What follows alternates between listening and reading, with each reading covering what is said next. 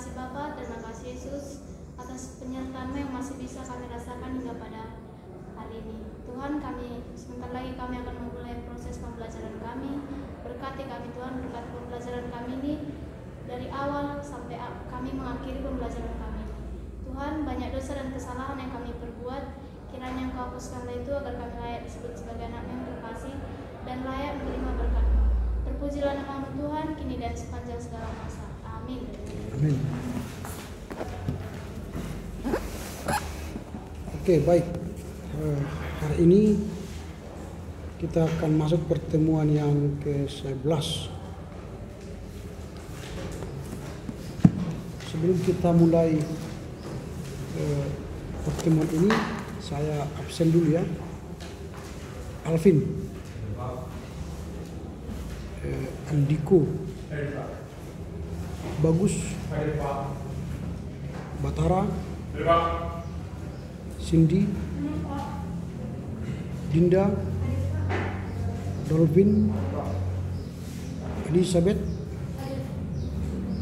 Eikel, Fitra, Franco, Gilbert, Hiskia, Ika, Christopher, Natalia, Nancy, Nia, Arina, Ricky, Sri Wahyu, Stephen, Venesia, Veronica, Yudawan. Oke,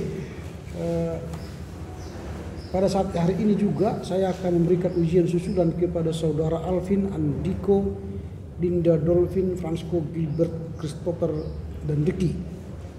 Silakan ambil posisi di depan, di sini. Angkat kursi masing-masing ke sana.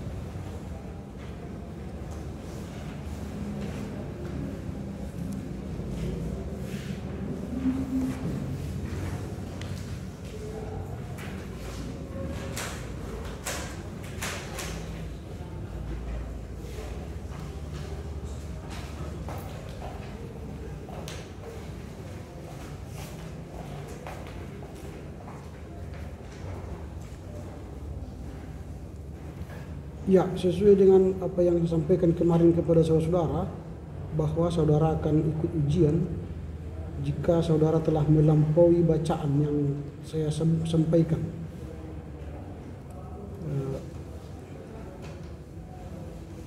Nah, saya akan tanya saudara-saudara yang sudah bersiap ujian hari ini, sampai di mana bacaan? Kalau 7 kali 7, 449 ya? 49, berarti harus pasal 490 pasal yang sudah harus saudara baca.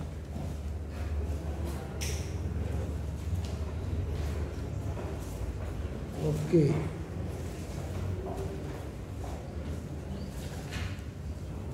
Nah, ya saya tanya ya, saudara yang hadir ini, Alvin sudah sampai di mana bacanya? Mazmur 91.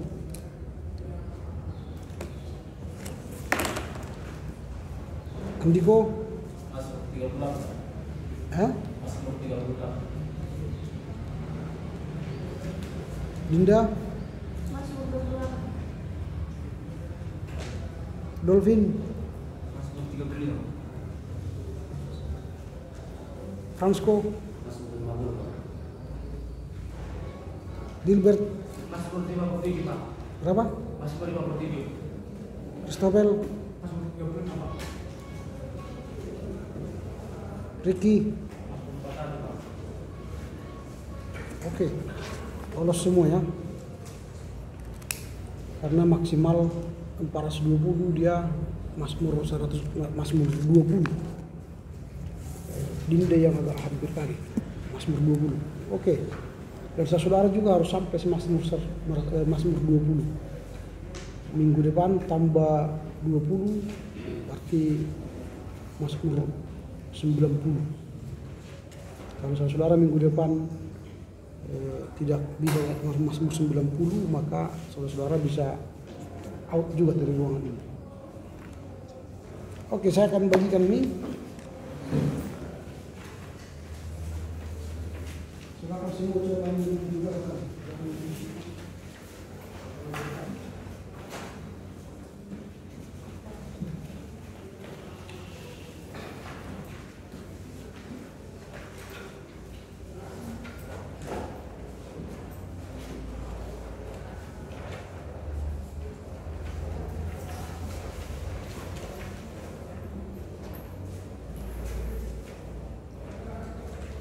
Oke, silakan bekerja selama ujian.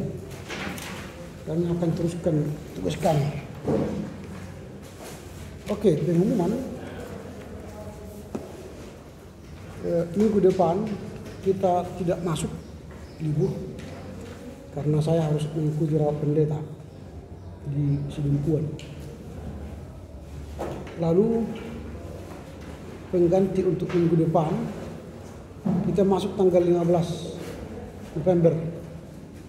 Di situ kita akan ada 2 materi yang kita bahas. Satu, laporan baca 4, yaitu kitab Esra, Nehemia, Ester dan arkeologi Perjanjian Lama. Dan yang kedua, materi kelompok 1, hubungan Perjanjian Lama dan Perjanjian Baru. Jangan tanya nanti, Pak, apakah saya harus kirim laporan baca minggu depan?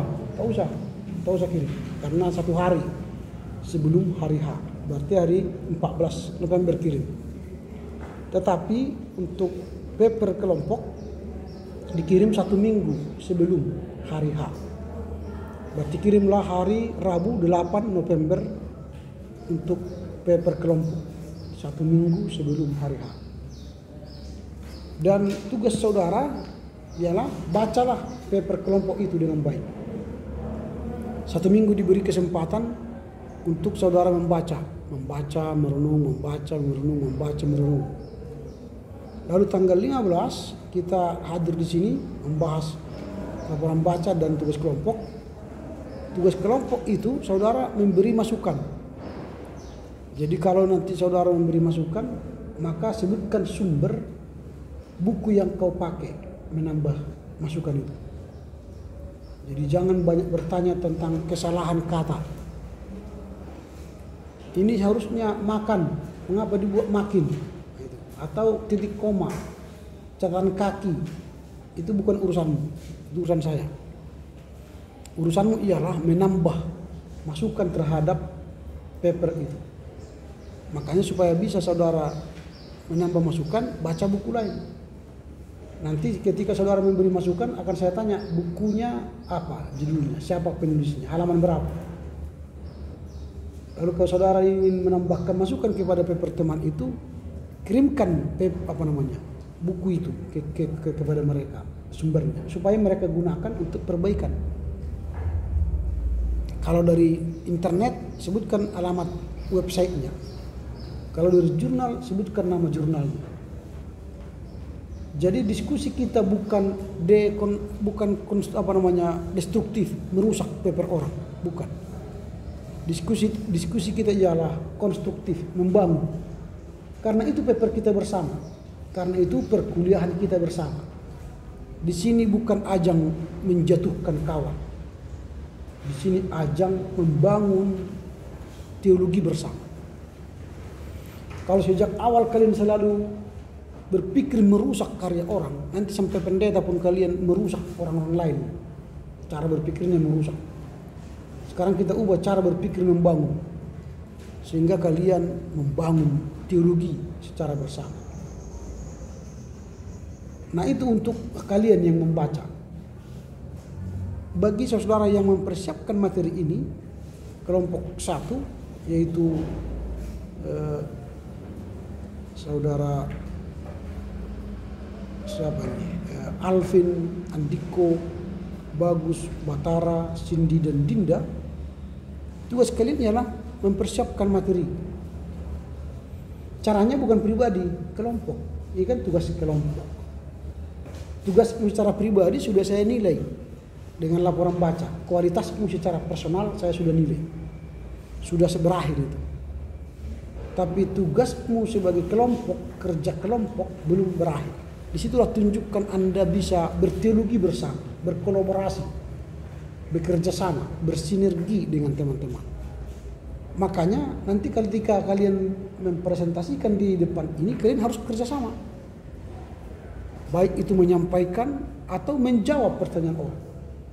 Kalau hanya seorang nanti menjawab semua pertanyaan teman-teman, maka paper itu dan kelompok itu tidak bagus. Karena saya tuduh mereka tidak bekerja sama. Dan hanya satu orang yang bekerja. Maka rugilah nanti kelompok itu. Lalu setelah kalian presentasikan, masukkan teman-temanmu yang kalian terima dengan buku-buku yang mereka sebutkan, harus dimasukkan ke perbaikan. Dan juga masukan-masukan dari saya nanti akan saya berikan. Diberi kesempatan 1 minggu untuk memperbaiki. Bertanggal 15 kalian presentasi di kelas ini. Tanggal 22 November kalian sudah harus kirim perbaikan. Sehingga setelah itulah baru saya nilai final. Kalau waktu pertama kalian di sini saya nilai secara sementara. Nah, jadi kalau misalnya nilai kalian dari 80 di sini sementara, lalu kalian perbaiki dengan masukan teman-teman dari dosen juga. Setelah 1 minggu kalian kirimkan, kalian masukkan semua saran-saran teman, maka nilai kalian bisa bertambah jadi 90. Tapi kalau kalian kirimkan perbaikannya tidak ada perbaikan, tidak ada tambahan dari teman-teman dari dosen, maka nilainya bisa berkurang. Aturan 80 kian jadi 70. Bisa kurang. Makanya setelah presentasi kumpul lagi kalian. Makanya ada juru tulisnya, apa yang disampaikan teman-teman dicatat atau semua kalian mencatat supaya jangan ada yang kelupaan. Nah, terakhir format dari file. Jadi ini sering juga salah, baik format dalam tugas-tugas pribadi ini salah juga. Ini misalnya seperti Ika Novita, sudah dibilang 1C underscore LB, tapi underscore-nya dia buat 2 garis. Padahal saya katakan 1 garis ini dibuat 2 garis. Jadi akhirnya salah. Perhatikan catatan saya. Kalau bisa foto, kan saya juga kirimkan videonya. Masa nggak bisa tonton videonya lagi? Nah, buatlah nanti di sini 1C underscore, buat nanti judul daripada makalah itu hubungan perjanjian lama dan perjanjian baru. Ini nanti apa? Ini karena saya singkat, ini jangan lebih seperti ini. Ini karena saya singkat. Mulanya hubungan perjanjian lama dan perjanjian baru. Dikirim ini pada tanggal 8 November. Lalu ada masukan-masukan dari teman-teman nanti, masukan-masukan satu minggu berikutnya, maka kirimlah format 1C hubungan PL dan PB underscore di sini perbaikan.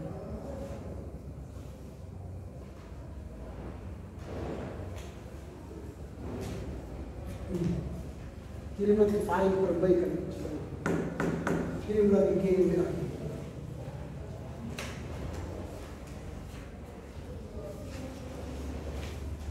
Sampai di sini paham? Catat bagus-bagus. Jangan ada salah, karena mengurangi semua. Nilai kalian nilai bersama itu. Tidak ada nilai pribadi di situ lagi. Nilai pribadi sudah saya nilai kalian secara pribadi di laporan bacaan.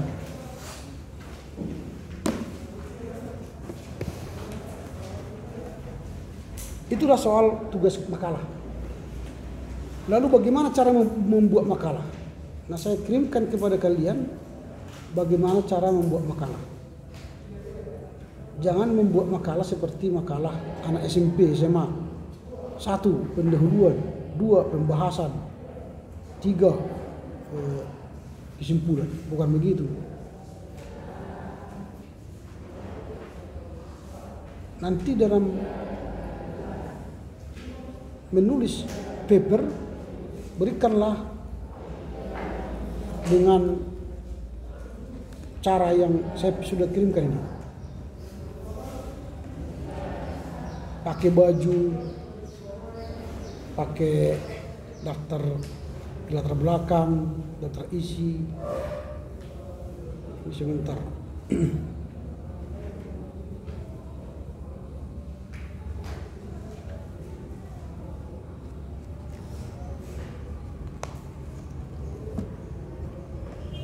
Ikuti cara itu, nanti baca kalian. Saya sudah kirim ke WA group. Baca, perhatikan, ikuti model itu. Kalau kalian tidak mengikutinya, dari penampilan aja nanti sudah kurang nilai kan. Tapi kalau kalian ikuti caranya itu, maka kalian dapat nilai baik. Mungkin masih dalam perjalanan ya, ini karena sinyal di sini agak lelet. Nah, itulah cara membuat paper, makalah. Karena mungkin kalian juga sudah belajar di apa kan? Di metodologi menulis karya ilmiah kan? Kalian sudah pelajari kan? Sudah masuk kalian kepada pelajaran ini. Nah, itu. Jadi kalau sudah masuk kepada pelajaran ini di mata kuliah penulisan karya ilmiah, berarti sudah jalan kan? Bagaimana menulis catatan kaki, bagaimana mengutip, bagaimana sebagainya, ya kerjakan kalian. Ini agak lelet apanya.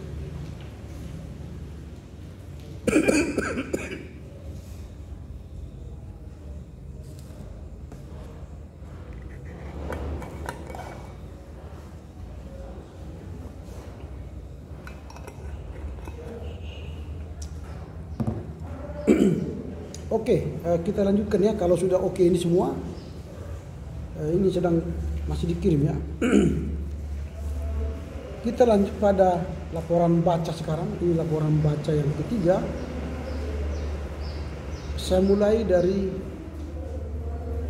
ini karena tidak berurutan, sudah salah formatnya. Jadi apa namanya? Dari Hizkia. 5 menit ya, jangan lama-lama. Sampaikan apa yang kau tahu.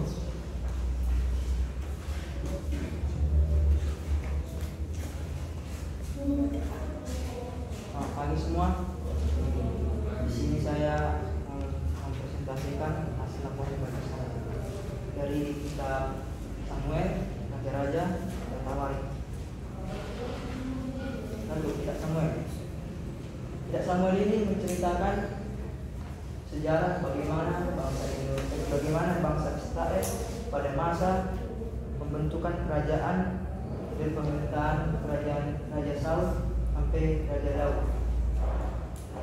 Dan kitab Samuel ini ditulis pada abad 10 sebelum Masehi. Tetapi tidak ada tanggal pasti untuk menentukan kapan diketahui kitab ini ditulis. Kitab Raja-Raja. Kitab Raja-Raja menceritakan tentang sejarah pemerintahan Raja Salomo sampai pada perpecahan kerajaan Israel menjadi dua, yaitu kerajaan Israel Utara dan kerajaan Yehuda Selatan. Kitab Raja-Raja ini ada pada abad ke-7 sebelum Masehi. Dan kitab Raja-Raja ini ditulis oleh Nabi Yeremia. Kitab Tawarik. Kitab Tawarik ini menceritakan peristiwa-peristiwa penting seperti pembuangan Israel ke Babel sampai pada pelepasan dari Babel. Dan kitab Tawarik ini ditulis oleh Ezra sekitar abad 515 sebelum Masehi. Kesimpulan.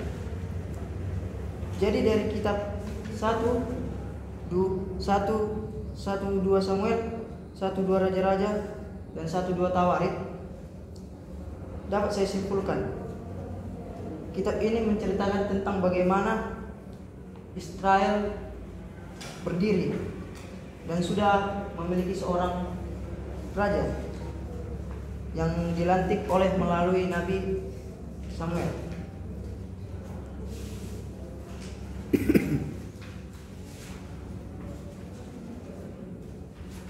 Sekian dan terima kasih hasil presentasi.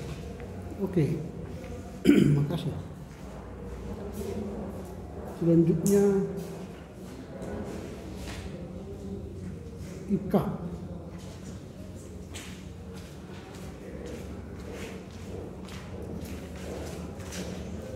Selamat pagi, Mijo juga membantah Rina. Di sini saya akan membacakan hasil laporan saya. 1 dan 2 Samuel. Secara wajar merupakan satu unit dan pada masanya adalah satu kitab. Dan kitab ini tidak mempunyai tujuan yang semata-mata berisi sejarah. Pesan dalam Alkitab ini adalah bahwa pesan Alkitab ini tentang perjanjian Daud bahwa ditetapkan oleh Allah. 1 dan 2 Raja-Raja merupakan melanjutkan kisah dan jabatan raja yang dimulai di 1 Samuel dan 2 Samuel. Israel yang secara selektif dimulai dari masa akhir pemerintahan Raja Daud. Terus 1 dan 2 Tawarik. Kitab Tawarik menceritakan tentang kembali kisah Samuel dan Raja-Raja yang menyampaikan sebuah tujuan yang penting yang berisikan tentang sejarah, menilai kembali sejarah umat Israel. Kesimpulannya, jadi dari laporan baca ini bahwa kitab 1-2 Samuel berisikan tentang sejarah Israel pada pemerintahan zaman Israel dan sampai ke zaman raja-raja. Berisi tentang sejarah pemerintahan. Dan 1 Tawarik menceritakan tentang sejarah bangsa Israel hingga pengawasannya di Babel. Tujuan dari kitab Samuel dan Raja-Raja yaitu memberitakan dakwaan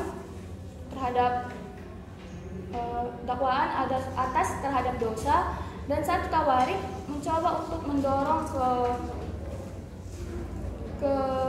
kesalehan. Sekian dari laporan baca saya, terima kasih. Oke. Ya, jadi harus diingat ya, yang mau disampaikan ialah latar belakangnya, siapa penulisnya, garis besarnya, tema-temanya. Jangan asal disampaikan aja. Saya sudah baca ini, tapi ya Anda juga harus menyampaikan apa yang Anda tahu tentang kitab itu. Karena tujuan ini bukan untuk saya, untukmu, supaya saudara tahu apa itu isi 1-2 Samuel, 1-2 Raja, dan 1-2 Tawari. Bukan hanya memenuhi tugas kuliah ini. Anda yang memahami. Kalau hanya seperti itu kayak main-main. Sebenarnya ini kan kualitasmu ya, yang saya nilai kualitasmu ya. Jadi apa yang kau sampaikan di depan kelas itu, itulah dirimu. Tambah saya baca ini apa yang kau kerjakan. Oke. Selanjutnya Christopher.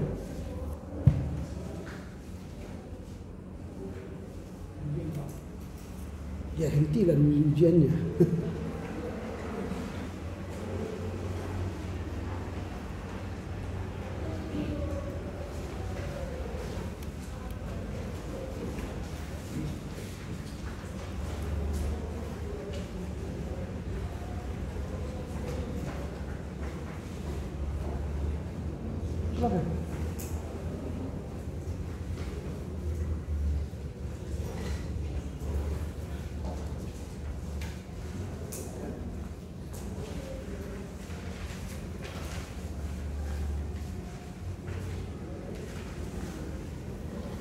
Selamat pagi kita semua.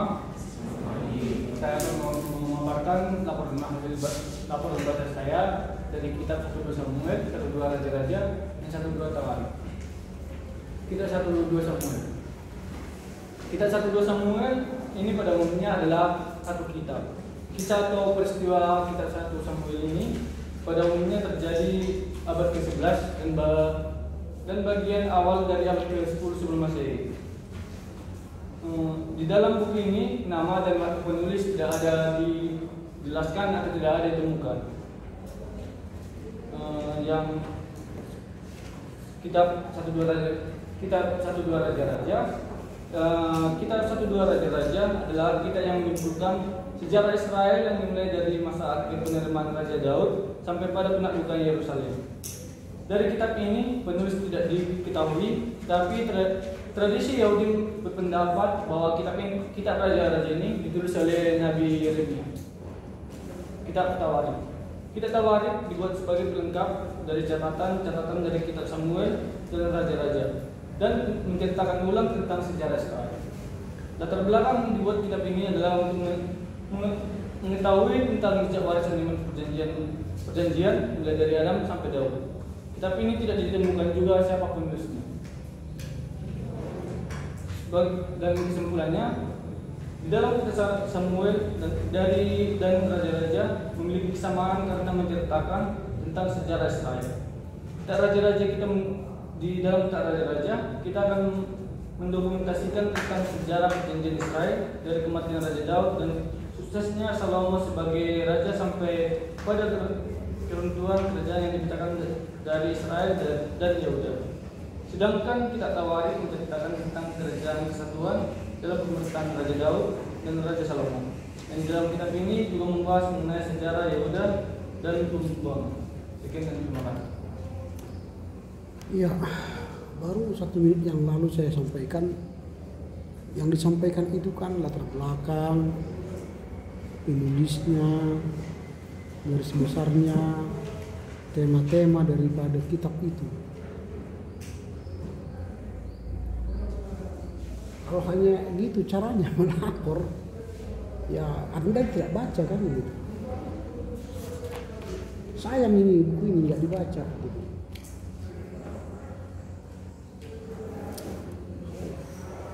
Natalia.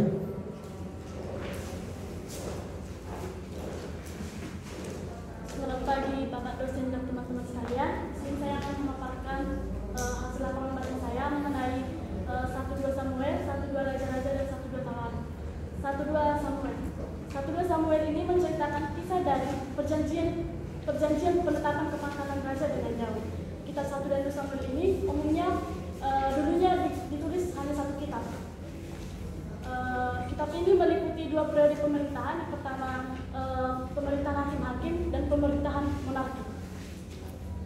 Peristiwa dalam kitab Samuel ini terjadi pada pertengahan akhir pada abad ke-11 dan bagian awal pada abad ke-10 sebelum Masehi. Namun sulit dipahami kapan peristiwa ini tercatat. Pesan dan tujuan dalam kitab Samuel ini tujuannya ini bersifat teologis. Dapat kita ambil contoh dari kitab Kejadian, yaitu sejarah perjanjian Allah dengan Abraham. Kemudian pada kitab Samuel ini menceritakan tentang sejarah perjanjian Allah dengan Daud. Pesan dalam kitab Samuel ini tentang penetapan perjanjian Allah, dan kemudian kita perlu ketahui rakyat bangsa Israel yang ingin memiliki seorang raja. Allah mendengar keluh kesah mereka dan mengutus Samuel untuk mencarikan seorang raja kepada bangsa Israel. Ketika Samuel menemukan seorang raja dan mengurapi Saul sebagai raja, tapi Saul melakukan pelanggaran sehingga membuat hati Tuhan membuat sakit hati kepada Tuhan dan menolak Saul, sehingga Tuhan menolak Saul sebagai raja dan memilih Daud sebagai raja. Kitab 1-2 Raja-Raja. Dalam Alkitab bahasa Ibrani, kitab Raja-Raja ini merujuk pada nabi-nabi awal, yaitu Yosua, Hakim-Hakim, Raja-Raja, dan Samuel. Kitab ini menjelaskan tentang sejarah Israel dan menekankan hubungan perjanjian Wahid, menekankan hubungan Israel dengan perjanjian Yahweh. Namun penulis kitab Raja-Raja ini tidak diketahui, dan tradisi Yahudi berpendapat bahwa kitab Raja-Raja ini ditulis oleh Nabi Yeremia. Tujuan dan pesan yang dapat kita ketahui, tujuan menulis kitab Raja-Raja ini yaitu menyelesaikan penulisan sejarah Raja Ibrani sebagai lanjutan kitab 1 dan 2 Samuel. Pesannya, kitab Raja-Raja ini memiliki banyak kata-kata nasihat dan memiliki kata-kata pengharapan. 1-2 Tawarik. 1 dan 2 Tawarik ini menceritakan tentang sejarah Allah dan mengajarkan bahwa kehadiran Allah lebih penting daripada kehadiran seseorang. Perlu kita ketahui juga, kitab Tawarik ini adalah kitab pelengkap dari kitab Raja Samuel dan kitab Raja-Raja. Kitab Tawarik ini menceritakan sejarah Israel sampai pada jatuhnya kerajaan Yehuda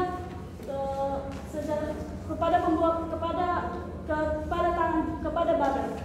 Kitab ini tidak menyebutkan nama penulisnya.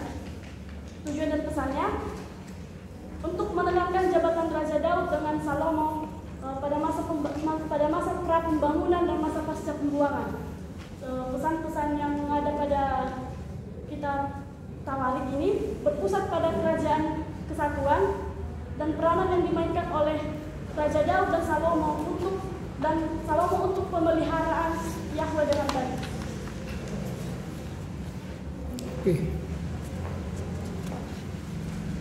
Laporan ini tidak ada mencatat siapa penulisnya, kapan, tidak ada ditulis ini. Tapi dalam apamu tadi kau sebut. Ya, Nancy.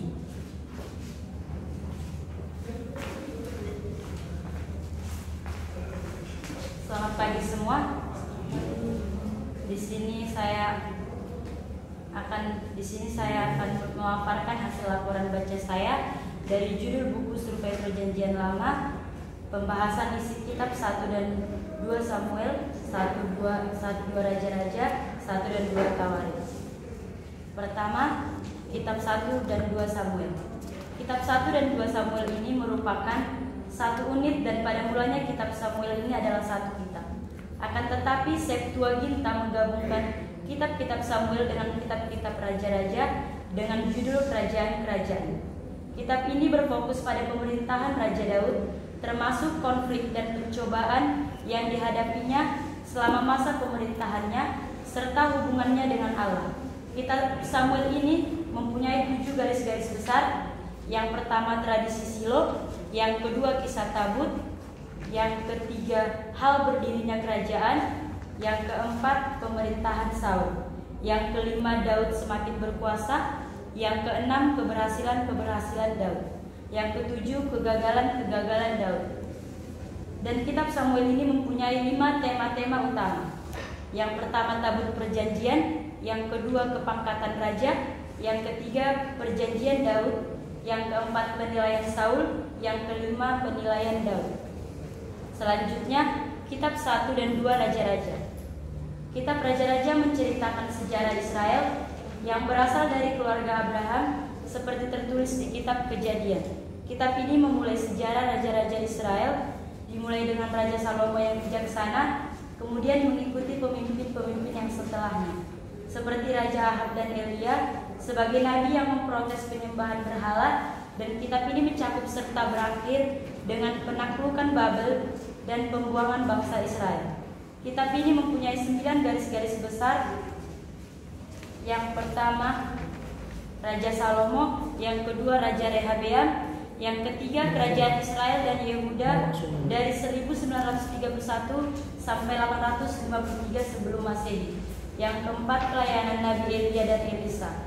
Yang kelima kerajaan Israel dan Yehuda dari 852 sampai 722 sebelum Masehi. Yang keenam kerajaan Yehuda dari 729 sampai 587 sampai 586 sebelum Masehi. Yang ketujuh jatuhnya Yerusalem ke tangan Babilonia. Yang kedelapan tambahan sejarah A, Gubernur Gedalia. Yang kesembilan tambahan sejarah B, Yoyakin dalam pembuangan.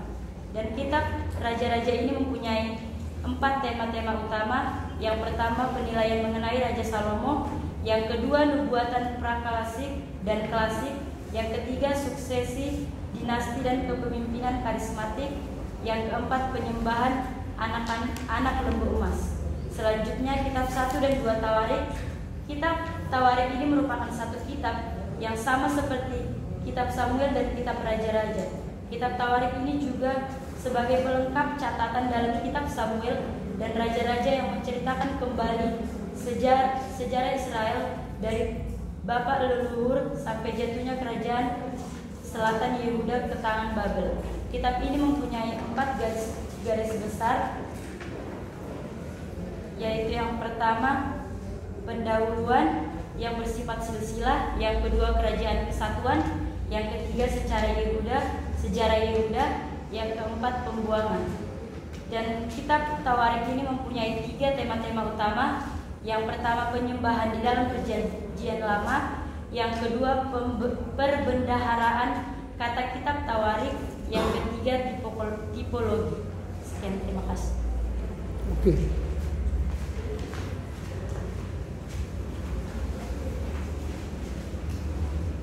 Nia. Selamat pagi buat kita semua. Baiklah, di sini saya akan mempresentasikan hasil laporan baca saya dari kitab 1-2 Samuel, 1-2 Raja-Raja, dan 1-2 Tawarik. Yang pertama, kitab 1-2 Samuel.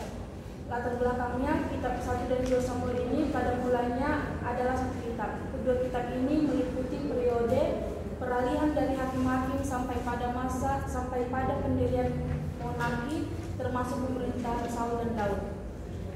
Penulisan dan waktu penulisan kitab 1 dan 2 Samuel ini dalam buku ini tidak dijelaskan penulisan dan waktu penulisan, tetapi dalam buku ini terdapat bahwa kitab ini merupakan bagian dari suatu karya Deuteronomis yang lebih besar, maka penyusun pasti mengerjakannya pada akhir periode kerajaan terpecah. Kemudian garis-garis besar yang terdapat dalam kitab 1 dan 2 Samuel yaitu tradisi Silo, kisah Tabut, hal berdirinya kerajaan, pemerintahan Saul, Daud semakin berkuasa, keberhasilan Daud, dan kegagalan Daud.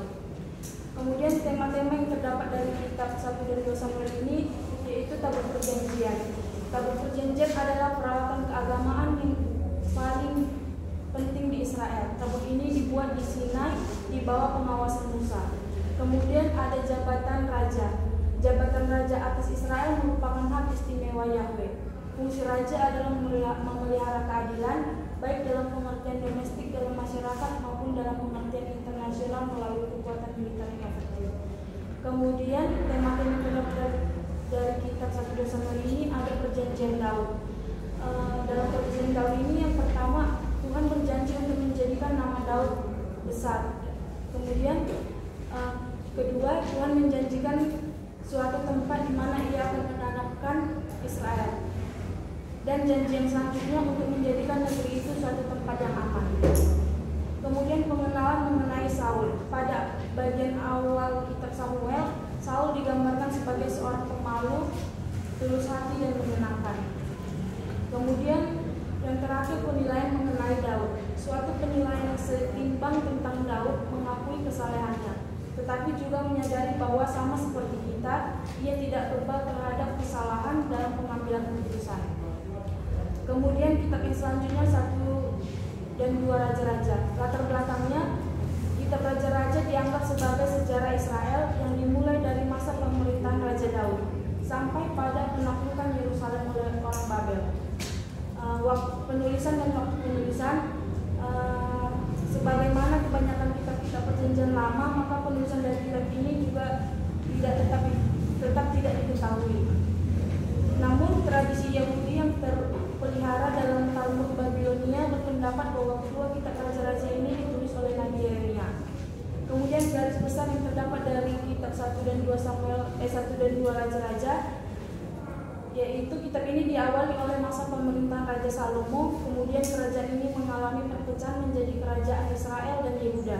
Kemudian jatuhnya Yerusalem ke tangan Babilonia yang dimulai pembuangan ke Babel.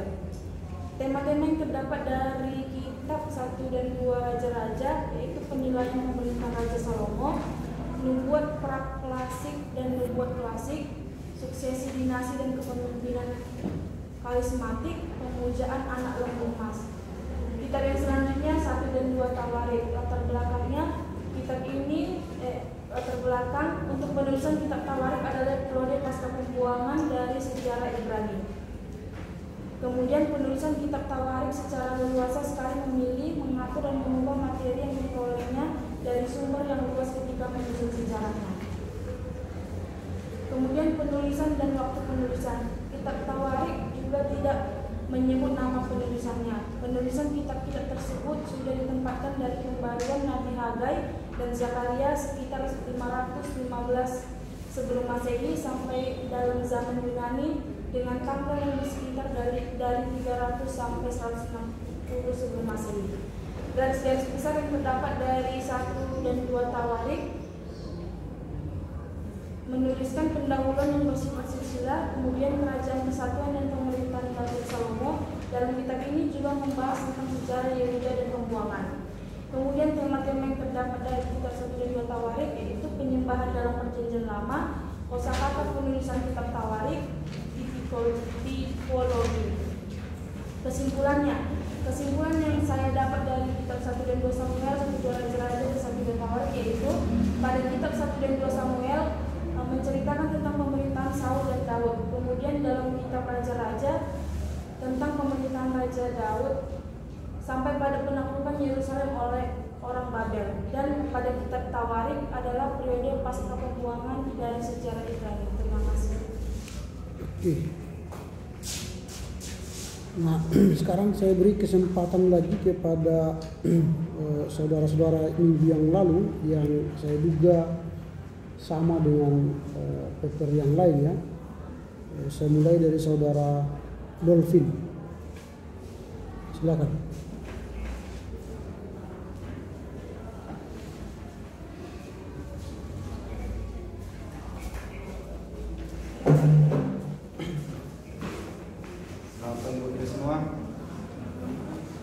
Di sini saya akan memaparkan laporan baca saya, yaitu kitab 1 2 Samuel.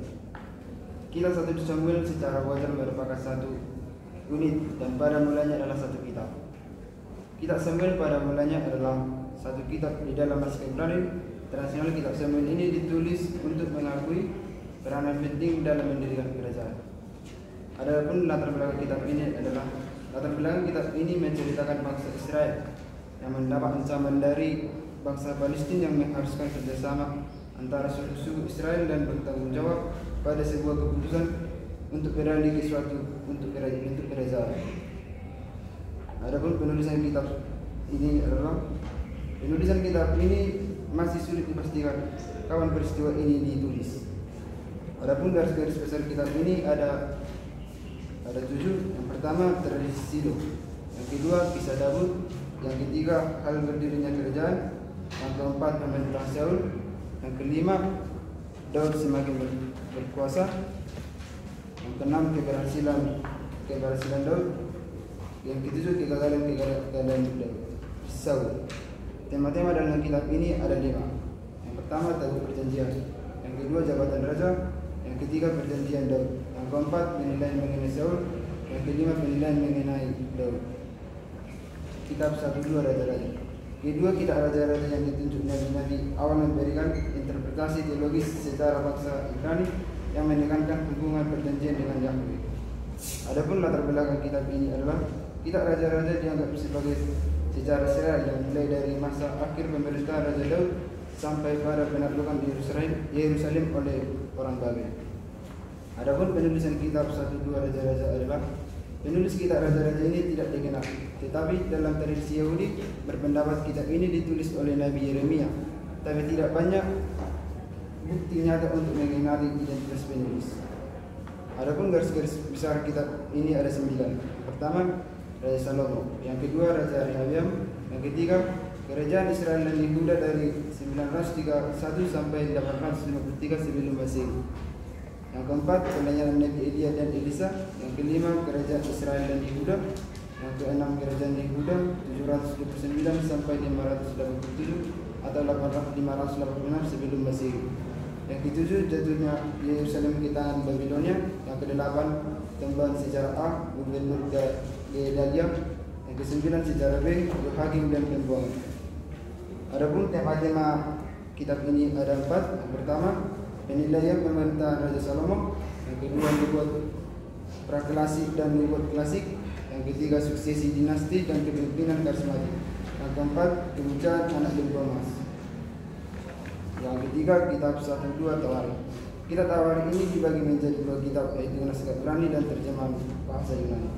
Adapun latar belakang kitab ini dimulai pada masa kerajaan kesatuan Ibrani dari akhir pemerintahan Saul sampai pada peristiwa pembuangan Yehuda ke Babel.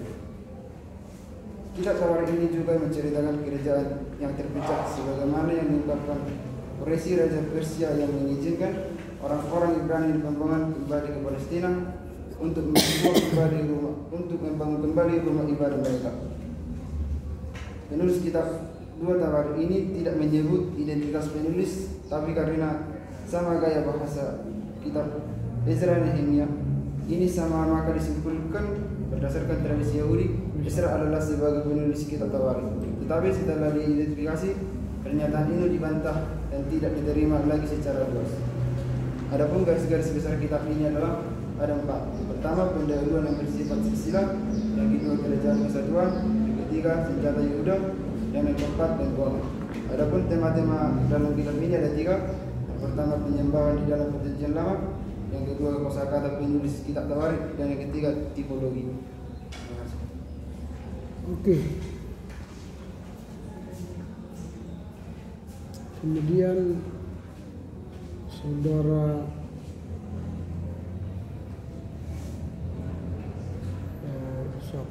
Eikel.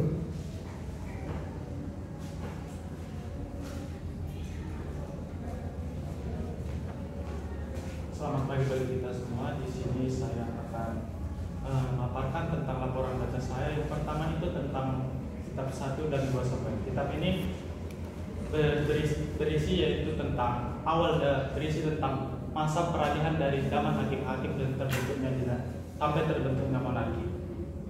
Kitab ini ditulis ketika bangsa Israel saling berperang melawan dengan bangsa-bangsa tetangga.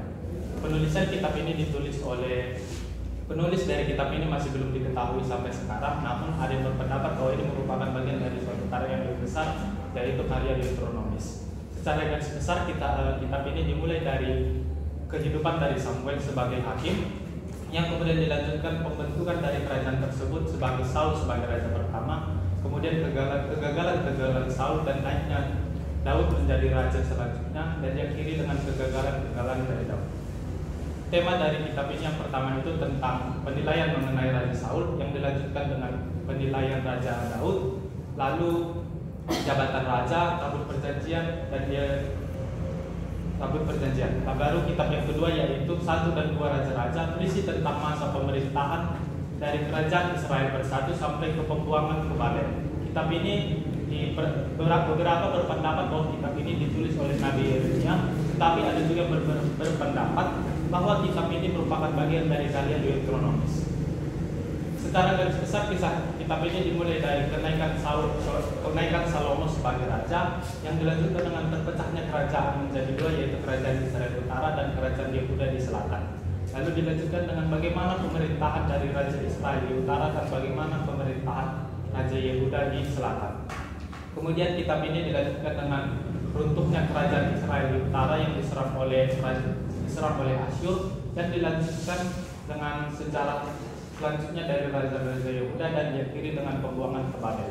Tema-tema dalam kitab ini yang pertama itu penilaian mengenai pemerintahan Raja Salomo, dilanjutkan dengan penyembahan anak lembu emas, lalu nubuatan praklasik dan klasik, dan yang terakhir itu mengenai tentang suksesi dinasti dan kepemimpinan karismatik. Kitab yang selanjutnya itu 1 dan 2 Tawarikh merupakan kitab yang berisi tentang silsilah bapa leluhur Israel, dan dilanjutkan dengan catatan-catatan tambahan yang tidak disebutkan dalam kitab 1, 2 Samuel dan 1, 2 Raja-Raja. Penulisan kitab ini yang beberapa berpendapat ditulis oleh Ezra karena penggunaan bahasa yang mirip dengan kitab Ezra. Namun ada juga yang berpendapat bahwa kitab ini merupakan bagian dari karya Deuteronomis.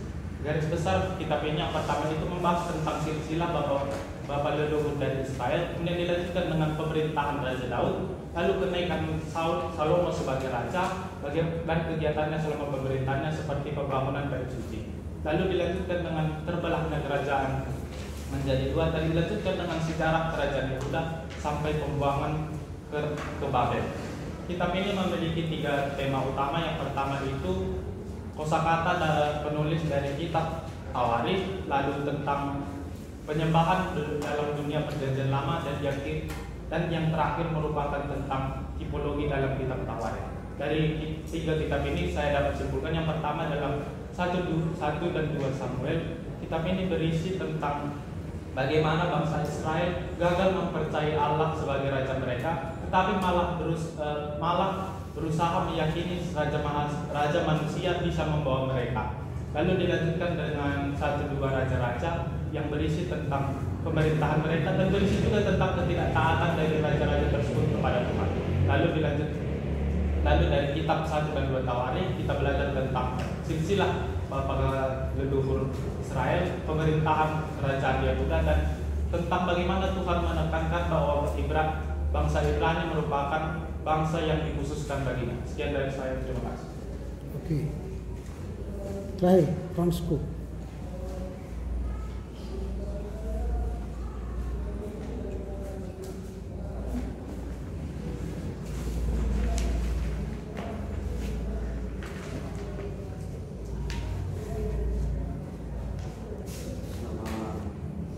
Siang teman-teman, di sini saya mau mempresentasikan laporan baca saya tentang kitab 1-2 Samuel, kitab 1-2 Raja-Raja, dan 1-2 Tawarikh. Kitab 1-2 Samuel, kitab ini meliputi periode peralihan dari hakim-hakim sampai pada pendirian monarki, yang termasuk pemerintahan Saul dan Daud. Dan walaupun Septuaginta menggabungkan kitab-kitab Samuel dan Raja-Raja dengan judul kerajaan-kerajaan, naskah Ibrani secara tradisional telah menghubungkan kitab-kitab ini sebagai kitab-kitab Samuel untuk mengakui peranan penting Samuel dalam mendirikan kerajaan. latar belakang kitab 1 dan 2 Samuel. Bro, dalam kitab ini memiliki sumber sejarah yang sangat jarang. Mesir maupun Mesopotamia tidak ada dalam posisi yang memperhatikan negeri yang berada di luar perbatasan, sehingga bangsa-bangsa kecil dari Syria, Palestina dibiarkan saling berkelahi. Dan di latar belakang ini ancaman yang datang pada bangsa Israel, secara khusus dari bangsa Filistin, yang mengharuskan kerjasama di antara suku-suku Israel. Semua suku ini bertanggung jawab atas keputusan untuk peralihan pada suatu pembentukan pemerintahan kerajaan. Dan latar belakang ini, Daud juga berhasil memperluas kekuasaan Israel hampir seluruh kawasan Siro Palestina melalui serangkaian penaklukan dan fakta. Penulisan dan waktu penulisan 1-2 Samuel. Peristiwa yang terjadi pada kitab ini terjadi akhir pada abad ke-11 dan awal pada abad ke-10. Tidak ada alasan tertentu untuk meyakinkan untuk menetapkan penanggalan yang digunakan oleh penyusun dari peristiwa-peristiwa itu sendiri. Kitab ini merupakan suatu karya Deuteronomis, maka penyusun pasti mengerjakan pada akhir periode kerajaan yang terpecah. Adapun garis-garis besar kitab 1 dan 2 Samuel: 1. Tradisi Silo yang terdapat pada 1 Samuel 1 ayat 1 sampai 4. 2. Kisah Tabut 1 Samuel 4 ayat 1 sampai 7. 3. Hal berdirinya kerajaan. 4. Pendirian Saul. 5. Daud semakin berkuasa. 6. Keberhasilan Daud. 7. Kegagalan Daud. Tema-tema di dalam kitab 1 dan 2 Samuel yaitu tabut perjanjian, kepangkatan raja, penilaian Saul, penilaian Raja Daud. Dan kesimpulan dari kitab ini adalah kitab ini bersifat teologis yang menceritakan sejarah penyerbuan perjanjian Daud, bahwa perjanjian Daud ditetapkan oleh Allah, dan kitab ini menunjukkan bahwa Daud bukan seorang perebut tahta. Kitab 1-2 Raja-Raja. Kitab 1-2 Raja-Raja menyebutkan sejarah Israel yang berasal dari keluarga Abraham, seperti yang dicatatkan di kitab Kejadian, sampai pada kejatuhan Yerusalem yang mengakhiri kemerdekaan nasional. Kedua kitab Raja-Raja terdapat di dalam Alkitab bahasa Ibrani yang ditunjuk oleh nabi-nabi awal, yaitu Yosua, Hakim-Hakim, Samuel, dan Raja-Raja, yang terdiri dari sejarah yang memberikan interpretasi teologis dari sejarah bangsa Ibrani, dengan menekankan hubungan perjanjian dengan wahyu yang disertai berbagai berkat untuk nasional yang berdasarkan pada ketatan terhadap syarat-syarat perjanjian itu. Kedua kitab Raja-Raja tersebut mendokumentasikan sejarah perjanjian Israel dari kematian Raja Daud dan suksensi Salomo sebagai raja sampai keruntuhan kerajaan yang pecah dari Israel dan Yuda. Latar belakang kitab 1 dan 2 Raja-Raja.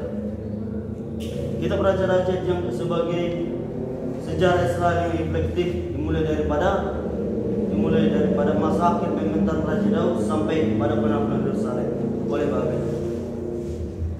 Kitab 1-2 Raja-Raja merinci secara politik Israel kerajaan kesatuan yang mulai dari sekitar tahun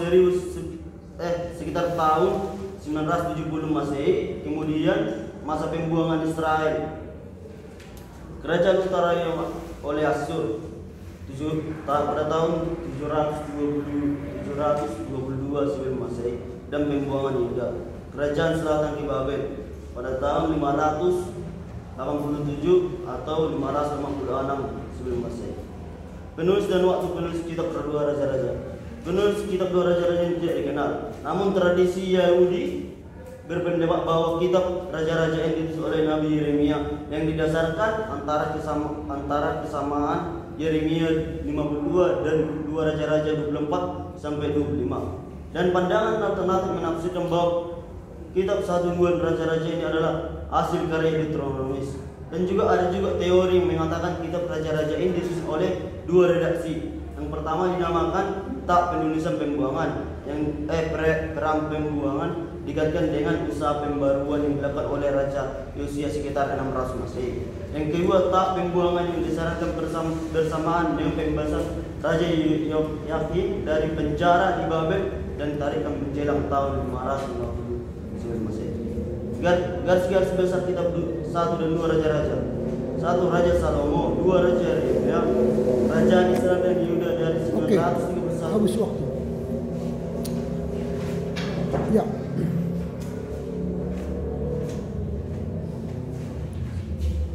Kalau sudah selesai yang silakan kumpulkan dan kembali ke tempat duduk. Silakan. Yang ujian UTS susulan silakan dikumpul.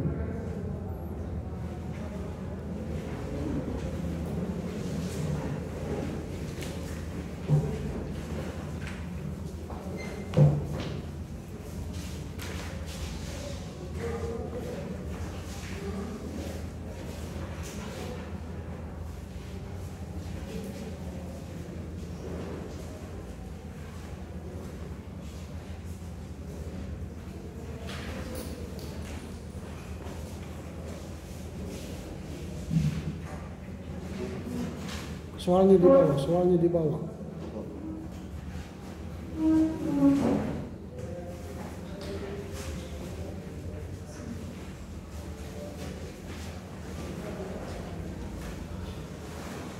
Sudah, silakan dulu ke tempat masing-masing.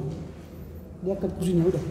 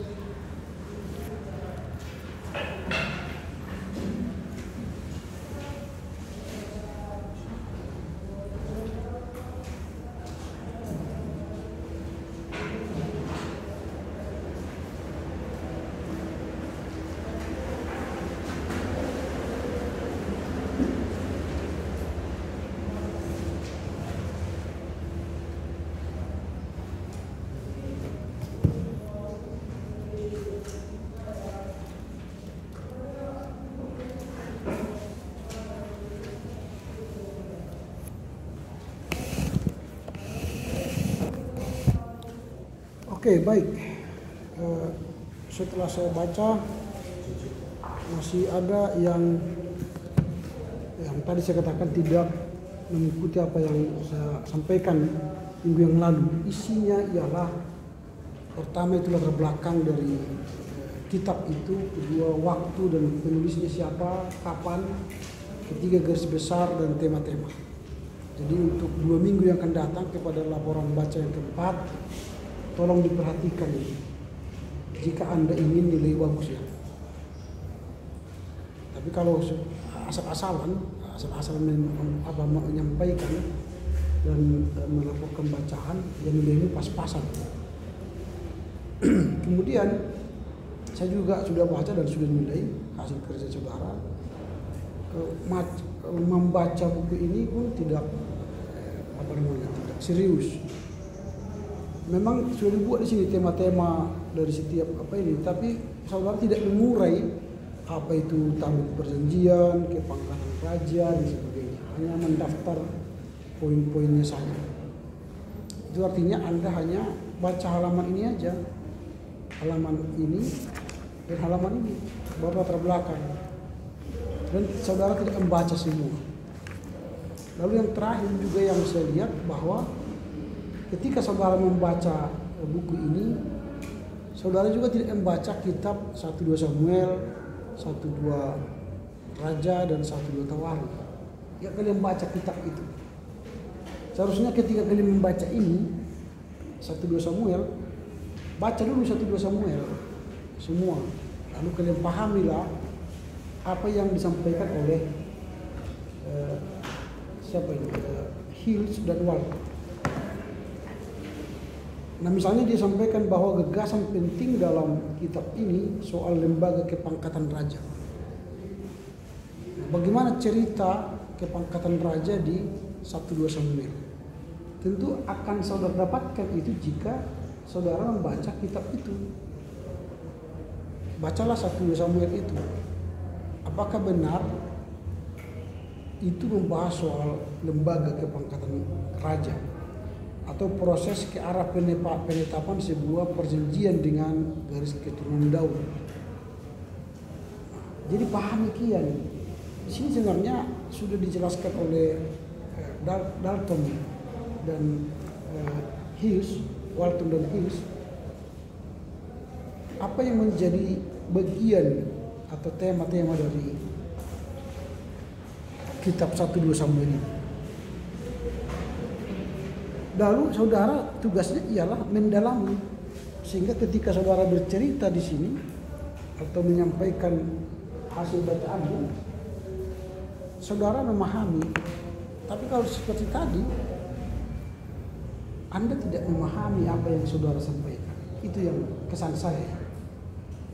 Tidak memahami apa yang saudara sampaikan.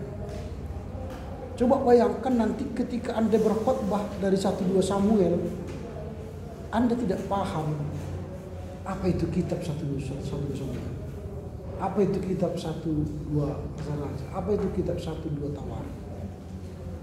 Saudara hilangkan kesempatan itu untuk mengetahui kitab itu.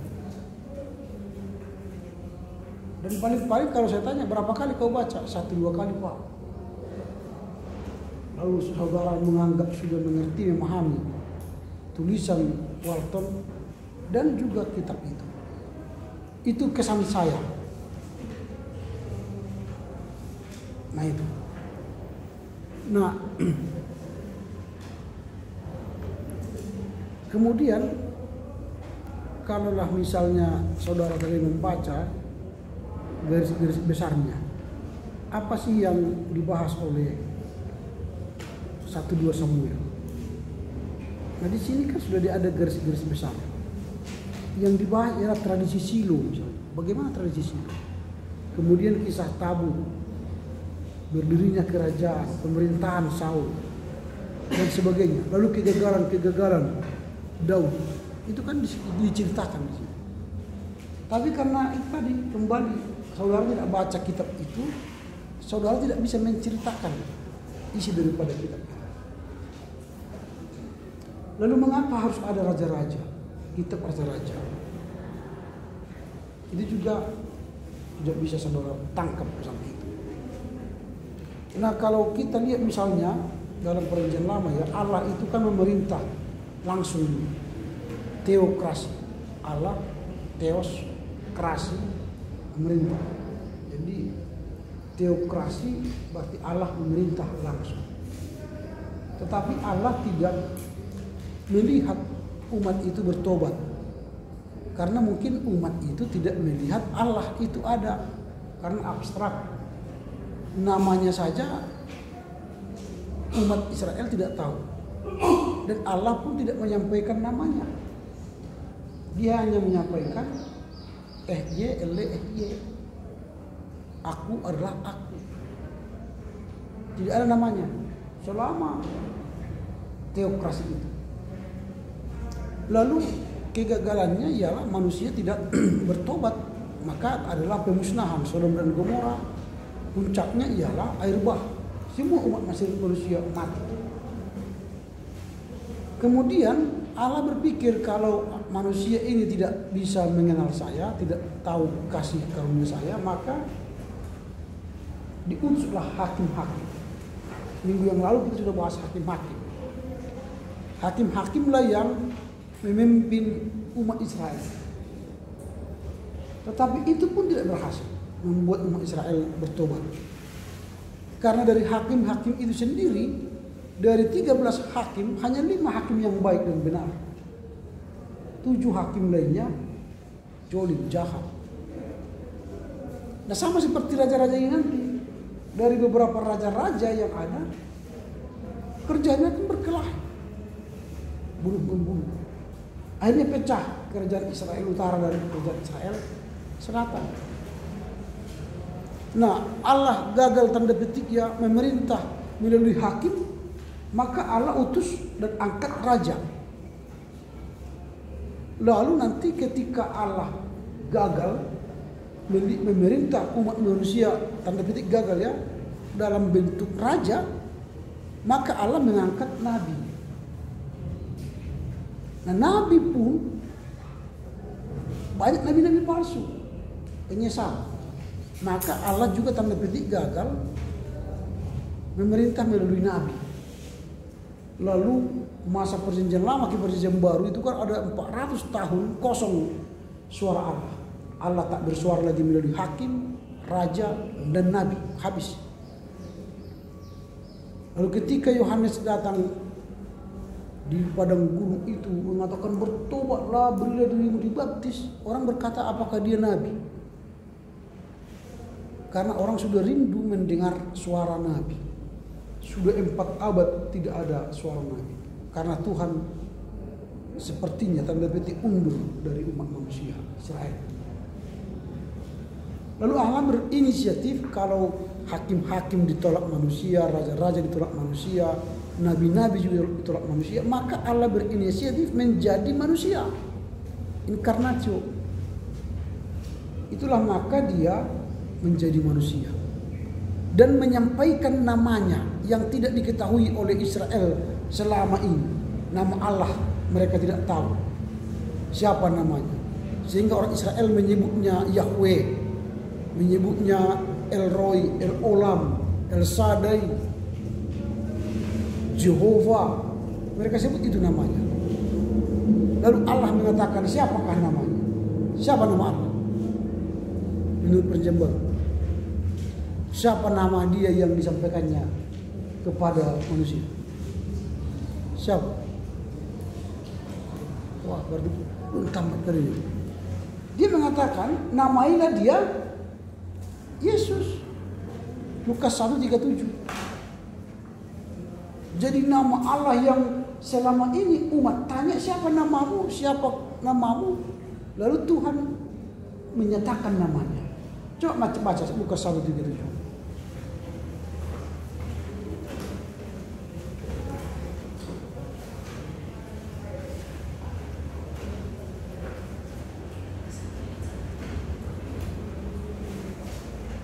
Apa disebut?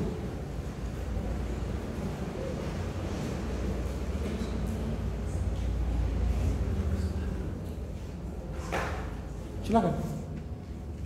Ada yang baca? 37.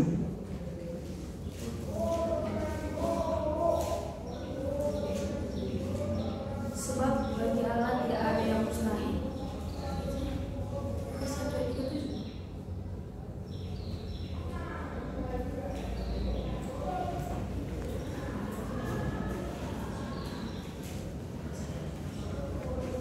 Sebentar.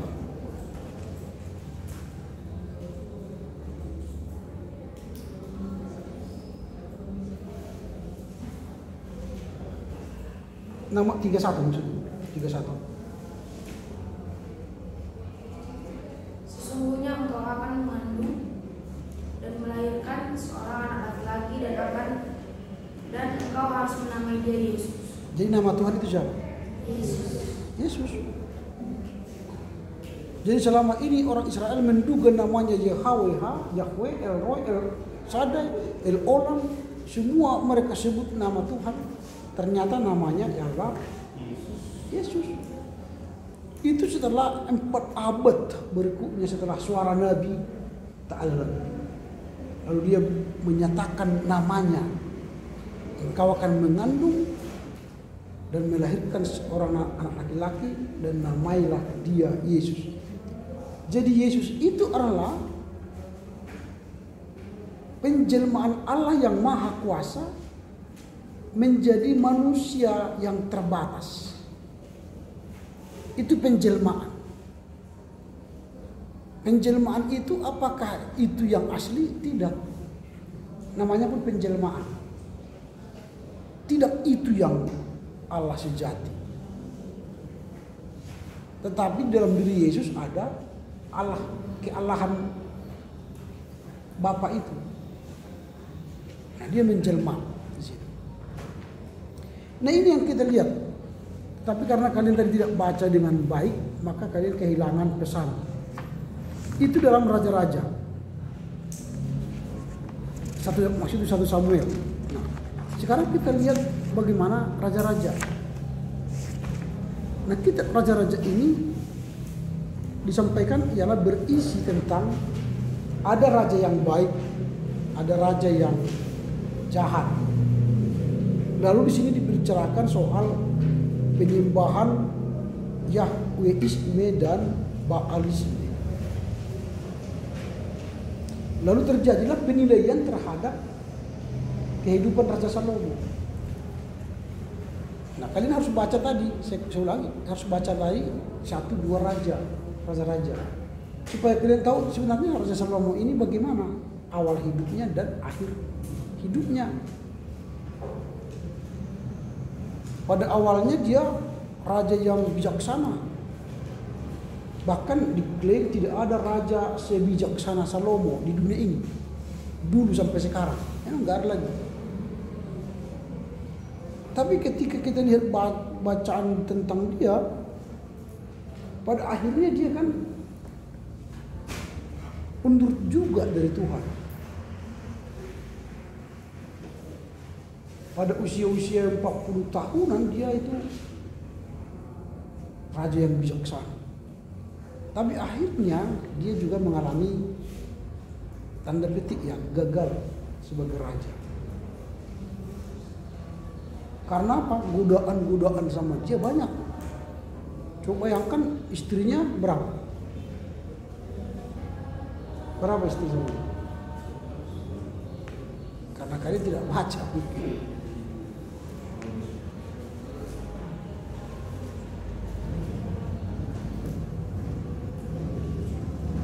Kalau katakanlah istrinya 1000, hari aja 365, itu masih istri resmi ya. Lain lagi gundiknya, maka diperkirakan orang kan 3000. Apa enggak gila itu? Kalau dalam kondisi sekarang misalnya.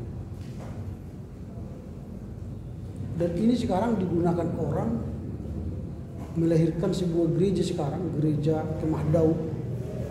Kalau kalian pernah mendengar istilah gereja Kemah Daud sekarang, mengizinkan umat Kristen poligami. Kata mereka, ya banyak, Raja Saul, Raja Salomo, Raja Daud aja banyak istrinya. Masa kita tidak bisa?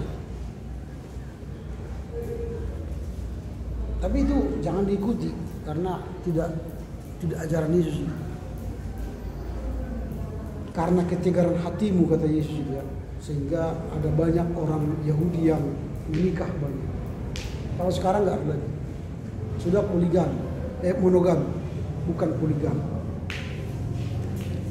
Nah itu baru kemudian di sini dia bahas soal nubuat praklasik dan klasik, lalu suksesi dinasti dan kepemimpinan harismatik dan penyembahan anak lembu emas.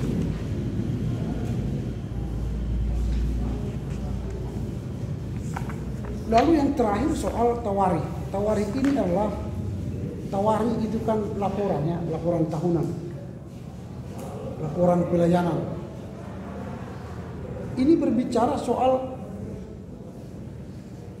bagaimana pemerintahan Daud dan Salomo yang ideal. Tetapi pada saat yang sama pemerintahan Salomo dan Daud itu diceritakan terjadi kehancuran.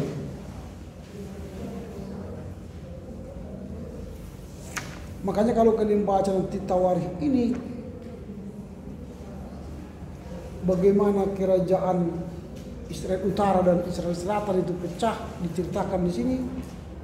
Lalu raja-raja yang memerintah di Israel Utara dan Israel Selatan, Rehabeam, Yerobeam, gitu ya.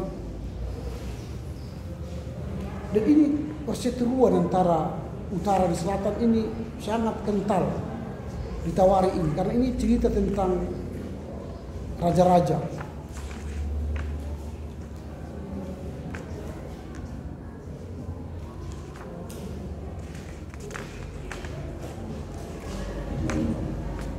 Nah, yang terakhir mau saya sampaikan, karena kalian yang membaca ini juga tidak pernah melihat kalau dia ini, Walton ini, dia selalu buat ada pertanyaan-pertanyaan untuk studi.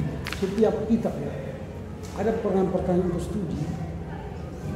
Artinya itu diajak supaya saudara mendalami lagi. Misalnya contoh, ini saya ambil contoh dari Tawari ya. Di 1-2 Samuel dan 1-2 Raja tadi ada. Mengapa Raja Daud adalah yang raja ideal bagi penulis kitab Tawari? Nah, seharusnya kan bisa kalian jawab itu. Dan itu bisa menjadi laporan baca kalian. Mengapa Raja Salomo itu raja yang ideal? Berarti kan ada argumentasi dari 1-2 Tawari mengapa Salomo itu raja yang ideal. Nah, ini menjadi penting bagi kalian nanti. Saya kembali katakan tadi, laporan baca ini hendak mengisi dirimu secara personal. Karena apa? Tidak mungkin saya mengajari saudara tentang kitab 1-2 Samuel, 1-2 Raja, 1-2 Tawari di kelas ini, tidak mungkin. Tetapi saudara lah yang mengeksplor dirimu untuk mempelajari lebih sungguh. Dan ingat, seperti yang saya katakan minggu yang lalu, ini materi ujian semester. Karena saya tidak lagi membuat paper ya, ujian kelas, ujian tertulis. Jadi kalau misalnya nanti saya tanyakan, sebutkanlah mengapa 1-2 Tawari menyebutkan Raja Salomo sebagai raja yang ideal, asumsi saya kalian sudah tahu. Jadi jangan nanti nggak kami pelajari itu. Memang nggak saya ajari langsung di sini, tapi saya anggap Anda sudah baca semua. Tidak hanya mereka yang melapor tadi, Anda semua sudah baca ini. Itu loh. Karena kalian mahasiswa, nggak mungkin saya ajari satu persatu. Nggak seperti SMA. Saudara yang harus membaca nanti di rumah, ringkas lagi 1-2 Tawari, ringkas lagi 1-2 Raja-Raja, 1-2 Samuel, ringkas. Kemanapun kau pergi, udah kau hafal sampai dapat. Karena saya beri susulan ini, hanya saya pintas lagi, saya baca gini, tersenyum saya. Karena nggak ada yang benar jawabannya. Mengapa penting mengikuti mempelajari perjanjian lama? Nggak ada yang satu pun menjawab. Pertanyaannya sederhana. Apa teks Qumran, teks Masoret dan teks Samaritan? Gak ada yang jelasin. Mengapa ada kanonisasi? Gak ada yang menjawab benar-benar. Ini masih setengah semester. Nanti ini semester ke depan, setengah semester lagi ini banyak sekali materinya. Oh, ini banyak loh materinya. Lebih banyak dari materi setengah semester ini. Jadi kalau saudara tidak baca, gak mungkin dapat menjawabnya. Maka cicillah sekarang supaya Anda ketika ujian sudah tinggal maju. Karena Anda tidak tahu mana yang ditanya bagi saudara. Gak tahu kan? Tapi supaya tahu menjawabnya, bacalah ini. Buatlah ringkasan-ringkasan. Jadi tadi di paper teman-teman itu masih kasar. Draft kasar. Lalu kalian harus mulailah. Ingat tadi, pertama latar belakang kitab itu, kedua siapa yang menulis, kapan, yang ketiga garis besarnya, yang keempat tema-tema, lalu yang kelima kesimpulan. Kalau pertanyaannya misalnya nanti coba uraikan garis besar dari kitab 1-2 Tawari, Anda sudah hafal, blog. Jangan nanti coba uraikan garis besar 1-2 Samuel, langsung gini-gini kan. Karena nggak ada kalian masukkan ke memori kalian materi. Jadi sekarang pelan-pelan masuk. Jangan waktu ujian, mau besok ujian pembimbing PL baru kau baca mulai dari apa namanya ini, ulangan imamat sampai kepada maliaki. Encereklah kalian, encerek. Lihatnya gini, tebalnya ini. Mau kalian masukkan ke otakmu, mana bisa? Pelan-pelan. Belajarlah kau di kamarmu lagi, belajar. Ketika kau belajar, itulah Tuhan memberkati. Roh Kudus bekerja. Tapi kalau besok kau mau ujian baru baca, bukan Roh Kudus yang bekerja, tapi Roh Kudus. Maka ketika ujian, karena Roh Kudus yang datang, bukan Roh Kudus. Jadi Roh Kudus bekerja tidak asal-asalan, tapi Roh Kudus bekerja ketika saudara belajar. Disitulah Roh Kudus bekerja. Jadi jangan mau ujian saudara, nanti jadi ujian buka gini-gini. Karena nggak ada satupun yang kau hafal itu keluar. Karena apa? Tidak tersimpan di memori. Kau save misalnya, dia tidak mau. Karena otakmu tidak fresh. Jadi kalau sudah mau ujian nanti jangan belajar lagi, supaya otakmu tidak kacau. Istirahatlah supaya otak itu fresh, makan vitamin. Baru ketika ujian tinggal baca, perintah otakmu. Apa garis besar 1 2 teori? Karena dia keluar sendiri tuh. Karena dia sudah masuk, sudah tersimpan di sini. Dia keluar sendiri. Kamu hanya minta apa tema-tema 1 tawari, keluar kayak ChatGPT. Tapi ChatGPT-nya di sini. Tapi kalau Anda tidak masukkan data sekarang, jangan harap data itu keluar akhir semester. Minggu depan kita libur, disitulah isi peluru. Pelan-pelan isi peluru. Mulai dari kita ulangan, imamat ya, imamat. Ulangi imamat. Pelan-pelan. Pasti bisa. Kalau ingin sukses. Tapi kalau ingin gagal dari saya, tak usah. Oke, sampai di sini. Silakan siapa yang bernyanyi dan berdoa.